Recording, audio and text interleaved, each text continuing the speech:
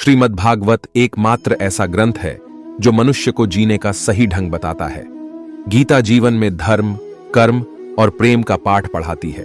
श्रीमद्भागवत गीता का ज्ञान मानव जीवन और जीवन के बाद के जीवन दोनों के लिए उपयोगी माना गया है।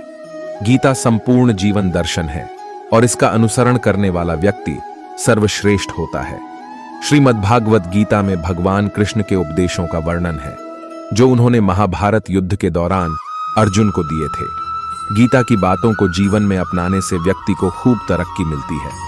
गीता में श्री कृष्ण ने बताया है कि मनुष्य का भाग्य किन चीजों से तय होता है। दोस्तों, अगर चैनल पर आप पहली बार विजिट कर रहे हो तो प्लीज सब्सक्राइब जरूर कर लीजिए, क्योंकि इस चैनल पर इसी तरह का ज्ञानवर्धक वीडियो आते रहते हैं।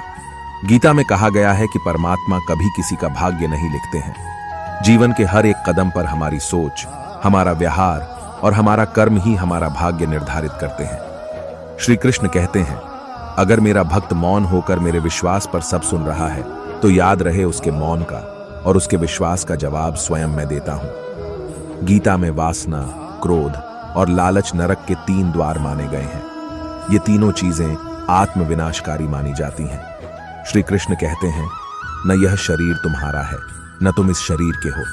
यह शरीर अग्नि, जल, वायु, पृथ्वी और आकाश से बना है और अंत में इसी में मिल जाएगा, परंतु आत्मा स्थिर है।